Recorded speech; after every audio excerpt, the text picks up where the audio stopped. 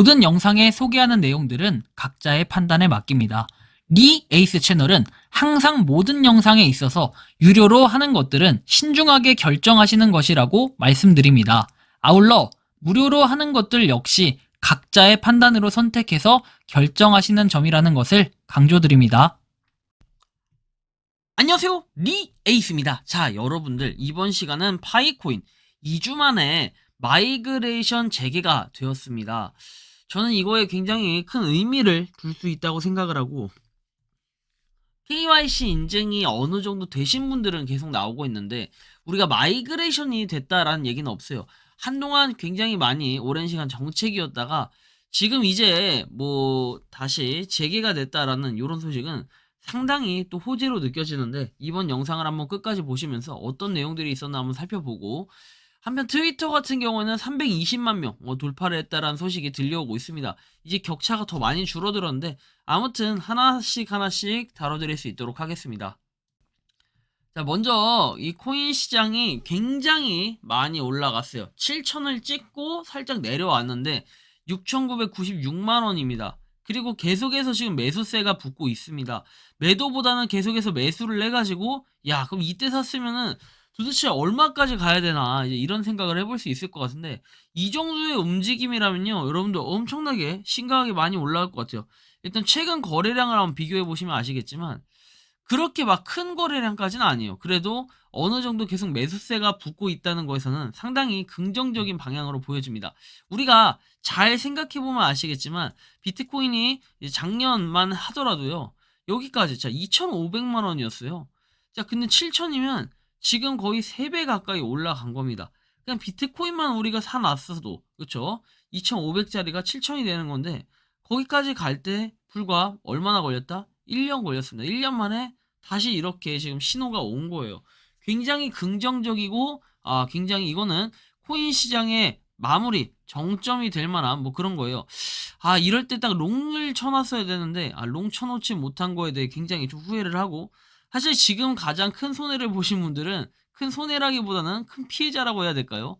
없지 않은 이 잠정적 피해자는 바로 이 비트코인을 사지 못한 사람들, 진짜 무포 있죠, 무포. 아예 아무것도 사지 않은 사람들. 저는 이 현물로만 구매를 해놨는데 참 마음이 아프더라고요. 며칠 전에 현물로 구매하고, 며칠인가 엊그저께 현물로 구매했던 기억이 나는데, 현물 구매 후에 아무것도 안 했는데 이렇게 많이 올라갈 거라고는 상상을 못했던 게 좀 사실이긴 해요.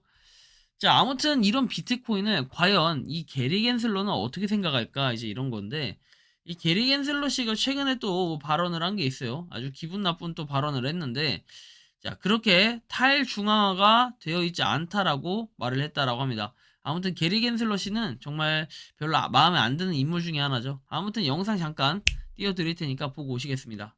Make difference. It's part of the attraction since it's decentralized, and you can't have a profligate central bank. It's not that decentralized. Well, I know you're saying because of the ETFs, but really No, it is it's not that DeFi and everything. decentralized because look how finance tends towards centralization since antiquity. So what do we have? We have a handful of 3 to 6 core so-called crypto I understand, but the asset itself, the way that That's how the distributed accounting ledger, ledger. right? That's how the ledger. And now, how many times do you have people on the show that say, "I want to invest in something because how the books and records are kept"? I mean, Joe, really? It's just an accounting ledger, a clever. it's a ledger that Satoshi everyone Nakamoto has, and can't be double counted. It's almost immutable. But that's why people think it has. So you trust it more than an Oracle database, or you trust it I more trust it than more than. 정말 대단하다라는 게 느껴지고요. 다음 내용 보면은 경찰이 30억 원대 축구 NFT 사기에서 2명 수사했다고 합니다. 피해자는 피해자들에게 죄송하지만 나도 당했다 라고 얘기를 하는데, 이게 과연 어떤 프로젝트일까요? 제가 볼 때는 무슨 프로젝트일까 생각을 해보면은, 그래요, 그 프로젝트가 좀 생각이 나는데 뭐라고 얘기는 못하겠고. 자, 다음 내용 보면은 이 빗썸의 에어드랍 과세 관련한 이야기인데, 자, 보시면 시즌1 페이백 금액 장려금 지급 해서 두 항목 장려금이 뭔지 찾아봤는데, 당시에 20%에 대한 걸 코인으로 지급해줬다. 시즌2는 거래 쿠폰 300억 한도, 1시간 무료 거래 수수료 쿠폰 해서 상위 300분께 따라 최고 2천만원 상당의 암호화폐를 에어드랍을 했다. 자, 빗썸이 관련 건 불복 소송 진행 중인데 결과에 따라 영향, 코인 지급권은 법이 없어서 자기네들도 어떻게 할지 모르는 상황에 관련 내용 회신하는데 오래 걸리니 과세기한 지나기 전에 18년 거부터 먼저 보내놓고 시작한 듯하다. 코인 지급권도 뒤늦게 과세를 하기 시작하면 참 빈무원들 꽤 뱉어내게 생김이라고 얘기를 하는데, 어쨌든 한번 이런 부분도 있다라는 거 참고하시면 좋을 것 같고요. 다음 내용 보면은 엔화 가치가 이제 150달러를 넘어가지고 일본으로부터 뭐 엄중한 경고를 받는다, 약간 이런 내용도 얘기를 하는데 재밌긴 해요. 아무튼 저렇게 올라가는 것 자체가, 그죠? 근데 이제 일본 여행을 갈 거냐 해보면 여러분들은 가실 건가요? 저는 잘 모르겠어요. 일본 자체, 이 해외여행 자체를 안 가봐서 애초에 한번 가보고 싶긴 합니다. 그죠? 자, 다음 내용 보면은 블랙록의 이 비트코인 ETF는 현재 어떻게 됩니까? 105,279 비트코인을 보유하고 있다고 합니다. 엄청나게 이제 양이 계속 늘어나고 있다라는 것도 우리가 확인할 수 있죠. 그래, 이렇게 꾸준히 모아가고 있다라는 게 또 상당히 의미 있게 보일 수 있습니다. 자, 다음 내용 보면 비트코인 1억 간다. 과연 여러분들 진짜 1억이 갈 거라고 생각을 하나요? 아니면 1억을 훨씬 더 거뜬히 넘을 수 있을 거라고 생각을 하시나요? 뭐 아무도 알 수 없지만 올해는 그래도 뭐라도 될 수도 있지 않을까라는 이러한 생각이 들기도 합니다. 자, 다음 내용을 한번 봐봅시다. 자, 다음 내용은 이렇게 지금 보시는 것처럼 미국 현물 ETF가 어떻게 돼요? 비트코인 ETF가 40억 달러의 순유입을 이렇게 기록을 했어요. 어제는 1월 11일 출시 이후 최대 6억 5,100만 달러였어요. 최대 순유입이. 자, 아무튼 이렇게 좀 많이 있다라는 것도 우리가 한번 생각을 해볼 필요는 있겠어요. 아, 이제 뭔가 비트코인이 다시 정책인 척 하다가 주목을 받고 있다. 이런 느낌이 좀 많이 들어요. 그죠? 다음 내용 보면은 이렇게 지금 나와 있는데, 파월은 이 하원 민주당에다가 스테이블 코인 법안이 필요하다고 말했다고 합니다. 파월, 게리 겐슬러 이 두 사람이 문제인 것 같아요. 제가 볼 때는 코인 시장에서 없어져야 할 인물들이 아닌가. 파월 의장은 연방 디지털 화폐의 의회 승인이 필요하다고 지적을 한다라는데 아주 별짓을 다 안다. 그죠? 그런 생각이 들고, 자, 거의 2년 만에 처음으로 이 디파이 TVL 유동성 스테이킹 포함이 1,000억 달러를 돌파했다라고 합니다. 2년 만에 거의 처음이라고 얘기를 하는데 그만큼 코인 시장이 다시 주목을 받고 있다. 이제 이런 걸 좀 느껴볼 수가 있겠고, 한편 이 한국은 공산주의 국가라고 불리는 쿠바와 공식 외교 관계를 수립했다라고 하는데 참 이례적인 일인 것 같아요. 어떻게 외교 관계를 수립할 수 있을지는 좀 걱정? 사실 걱정이 더 많이 되는 뭐 그런 상황이에요. 자, 그리고 지금 헤데라 코인이 뭐 오레오하고 같이 뭔가를 하겠다라는 것 같아요. 뭐 아무튼 암호화폐하고 식품하고의 이런 접목을 시키는 거, 이런 경우는 그렇게 흔치는 않은데 아무튼 오레오하고 뭔가를 했다라고 하니까 굉장히 좀 특이하긴 합니다. 외국인들이 한국에 오면은 가장 많이 사는 품목이 뭐 3가지 정도가 있다라고 하는데, 첫 번째는 김이고요. 두 번째는 뭡니까? 뭐 김과 관련된 이제 간식 얘기하는 거예요. 김부각 이런 것도 포함되고. 두 번째는 아몬드예요, 아몬드. 이 아몬드는 소스가 막 여러 개 있잖아요. 가루로 된 거 소스 막부터 시작해가지고 그런 여러 가지 것들이 아몬드가 의외로 잘 돼 있다라고 얘기를 해요. 그래서 세 번째가 뭐다? 오레오예요, 오레오. 이 오레오가 외국에서는 되게 구하기가 힘든데 우리나라에서만 이상하게 쉽게 구할 수 있었다. 뭐 이제 이게 과거 얘기긴 한데 지금은 오레오가 외국에도 좀 있는 것 같아요. 이런 거 사진 같은 거 보면은 뭐 아무튼 오레오, 그 다음에 아몬드, 김 이런 정도가 되겠는데 현재도 위에 2개는 계속해서 잘 팔리고 있다라는 걸 좀 느낄 수가 있어요. 시중에 뭐 마트나 아니면 의외로 그 세계가전 할인점 이런 데 가면은 아몬드를 그렇게 많이 사더라고요. 좀 특이하긴 한데 어쨌든 그렇고, 어쨌든 7천만 원을 돌파했던 이 부분 뭐 캡처가 되어 있긴 한데 일단은 우리가 이런 만큼 또 긍정적인 시그널이 될 수도 있겠어요. 코인 시장이 진짜 1억을 갈 수도 있는 뭐 이런 가능성들이 생긴 것 같기도 하죠. 자, 다음 내용 보면은 이제 코인이 어떻게 됩니까? 공급량의 93%가 지금 수익을 내고 있다라는 건데, 제가 이걸 보면서 느낀 게, 야, 그러면 이건 누군가 던질 때면 확 던지겠다. 그러면 가격이 쫙 떨어지겠다 하는데 순간적으로 어디까지 딱 정점, 고점을 찍는 뭐 이런 현상은 일어나고 다시 쫙 떨어질 가능성, 이런 것들도 좀 있어요. 뭐 전에 고점이 얼마였죠? 8천만 원 가까이 됐었는데 그 고점을 뚫고 과연 며칠 안에 넘어갈 것인지 8천만 원을 좀 기대가 되는 그런 상황이기도 합니다. 자, 다음 내용 봐볼까요? 자, 시티뱅크에서 아발란체에서 사모펀드 토큰화 테스트를 했다라고 하는데, 이제는 암호화폐 시장이 단순히 우리가 그냥 암호화폐 코인으로만 불리는 게 아니라 은행과의 협작을 해가지고 뭔가를 시도하려고 하는 이런 모습들을 볼 때는 이제 암호화폐도 어느 정도 국가적으로나 이런 방향에서는 좀 인정을 받고 있다라는 이러한 생각이 들기도 합니다. 자, 그래서 본격적으로 이제 파이에 대한 내용들을 살펴볼 건데, 일단은 327.7만 팔로워를 보유하고 있는 이더리움.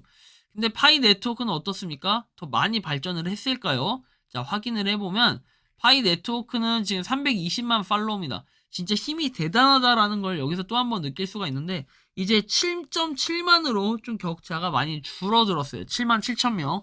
이 격차를 깨기 위해서는 뭔가 노력이 좀 더 많이 필요하겠지만, 어쨌든 현 상황은 이렇다라는 거 정도 우리가 좀 판단해 볼 수가 있습니다. 굉장히 많은 인원이 늘어났어요. 빠른 속도로 늘어나고 있고, 매일 10,000명, 20,000명씩 격차를 줄여 나가는 프로젝트. 이건 뭐다? 파이코인이 또 새로운 하나의 역사, 한 획을 긋고 있다는 걸 느낄 수 있습니다. 참고하시면 좋겠고요. 자, 다음 내용 보면 뭐 토픽 19 해가지고 나와 있는데, 뭐 이 내용을 좀 해석을 해보면 이렇습니다. 일부 개척자들의 오해 수정. 자, 첫째, 파이는 실제 통화가 되도록 의도된 암호화폐지만 명목 화폐를 대체하지 않는다. 그래서 거래소의 시장에 의존하는 대신에 오픈 메인넷에 대한 합의 가격이 필요하다. 이게 합의 가격 아직도 얘기하네요. 오픈 메인넷이 될 수 있도록 코어팀의 가격을 제시해달라고 요청했지만 이는 불가능하다. 그래서 현재 긴급 상황은 안전하고 충분히 높은 가격에 합의 가격을 달성하는 것이다. 야, 그러면 너 팔티 하겠죠. 뭐 다 너한테 팔고 튈 것 같은 이런 느낌인데, 뭐 그렇고요. 셋째, 일부 개척자들은 자신을 고객으로 생각하고 아무것도 하지 않아도 코어팀이나 대기업이 앞장서서 모든 일을 해야만 부를 얻을 수 있다고 상상을 한다. 자, 일단은 KYC가 마이그레이션이 빨라질 거다. 코어팀이 작업을 완료했다고 불평하지 마라. 가격 문제로 인해 프로세스가 지연되었다. 그리고 매일 많은 돈을 지출하기 때문에 파이 네트워크가 우리보다 많은 기여를 하고 있고 오픈 메인넷에서 더 열심히 일하는 걸 기억을 해라. 그들은 가격 합의에 도달하는 우리의 임무를 완수하기 위해 1년 전에 개척자들을 불렀다. 뭐 아무튼 쭉 이런 내용들이 나오는데, 뭐 GCV를 결국에 해라. 기승전 GCV 얘기인데, 이 GCV 이젠 지겹기도 하지만 한편으로는 이 사람들이 정말 열정을 가지고 한다라는 거, 진심을 가지고 한다라는 게 느껴질 정도로 대단하기도 하다라는 이런 생각이 좀 드네요. 자, 다음 내용 한번 봐보면, 자, 일단 파이 이제 블록 익스플로러 쪽에 가보니까 이렇게 지금 뭐 31분 전이라고 뜨는데, 새로 고침하면은 계속해서 마이그레이션이 이루어지고 있다라는 걸 우리가 확인할 수 있습니다. 상당히 큰 의미가 있고 9초 전에도 이렇게 쭉 됐다라는 것은 기존에 KYC 인증을 통과하고 대기 중인 사람들이 이제 지갑으로 전환되는 경우가 상당히 많다라는 거예요. 며칠간 계속해서 쉬었지만 이제 이것이 마이그레이션이 되면은 그 뒤로부터 좀 기다리면은 어떻게 됩니까? 내 지갑으로 전환돼서 가지고 있을 수가 있습니다. 아, 근데 여기서 몇 개 오해하고 있는 부분들이 있더라고요. 아니, 리에이스님, 저 KYC 인증을 통과했어요. 2주가 지났는데 마이그레이션이 안 돼요. 왜 그렇죠? 라고 얘기하시는 분이 있고, 리에이스님, KYC 인증을 했는데 마이그레이션 자체가 아예 떠있지 않다. 그리고 마이그레이션이 언제쯤 진행되냐? 이렇게 물어보는데, 일단 이거에 대한 정답을 좀 말씀드리면, KYC를 끝내면요, 마이그레이션이 될 수도 있고 안 될 수도 있어요. 최근 2주간 어떻게 됐습니까? 마이그레이션에 대한 내용들이 아예 나와 있지 않았기 때문에 여기에 당연히 뜨는 것도 없었을 거라고 봐요.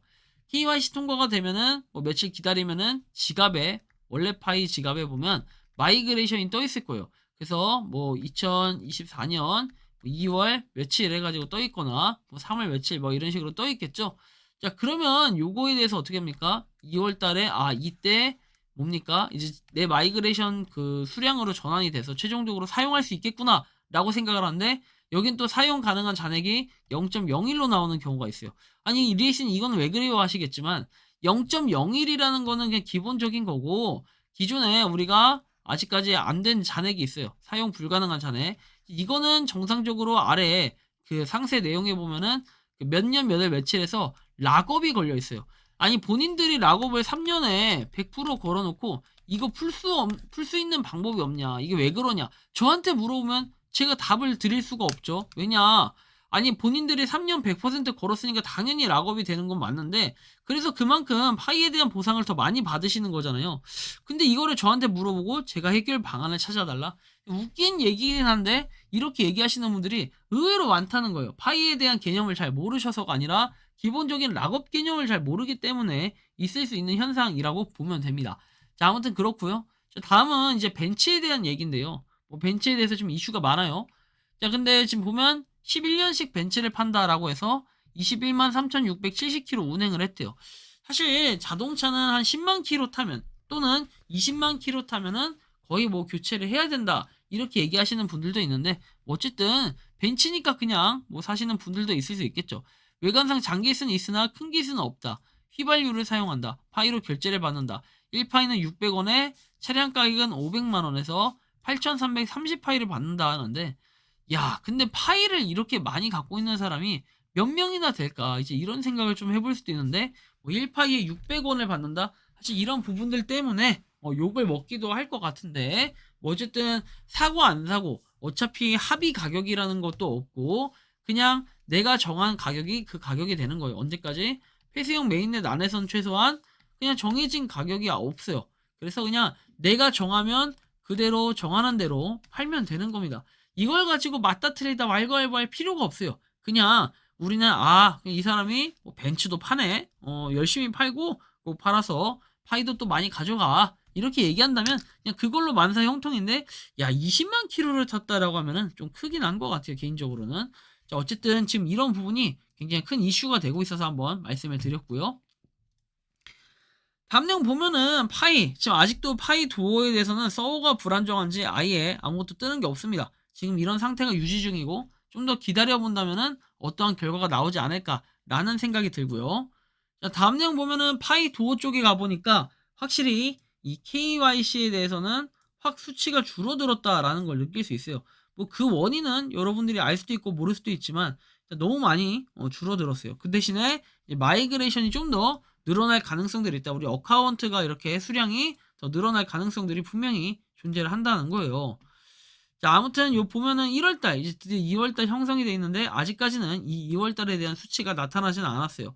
뭐 데일리 볼륨에서도 보면은 2월 14일이 다른 때보다 좀 많이 높게끔 책정이 돼 있다라는 것도 우리가 확인할 수 있고 그럼 이에 따라 노드는 어떻게 됐을까요? 노드가 일본은 이제 100단위가 바뀌었을 것 같긴 한데 자 보시면 예상대로 노드가 계속 줄어들고 있습니다. 일본은 3494 한국은 31,310 해가지고 뭐 계속해서 한 900 차이 정도를 유지는 하고 900이 아니라요.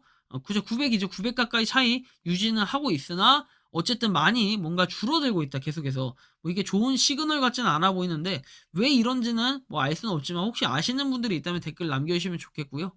자, 아무튼 이렇게 해서 이번 시간은 파이코인 뭐 320만 명 돌파한 소식과 2주 만에 마이그레이션 재개가 됐다는 건 상당히 큰 의미가 있는데 앞으로 더 많은 지갑이 이제 마이그레이션 돼가지고 실제로 내가 파이를 소비할 수 있구나 이제 이렇게만 된다고 하면은 메인넷이 조금 더 가까워지고 있다라는 걸 느낄 수 있을 것 같은데 여러분들이 생각하는 파이코인은 어떠신지 자유롭게 여러분들의 의견을 댓글로 남겨주시면 좋겠다라는 말씀까지 드리면서 이번 영상은 여기서 마치는 걸로 하겠습니다. 도움이 되셨다면 구독과 좋아요 알림 설정 부탁드리겠습니다.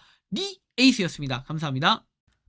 평소에 궁금하셨지만 내가 시도해보기 어렵거나 시간 낭비하고 싶진 않고 새로운 제보를 해주실 분들께서는 아래의 주소로 메일을 보내주시면 제가 해결해드리겠습니다.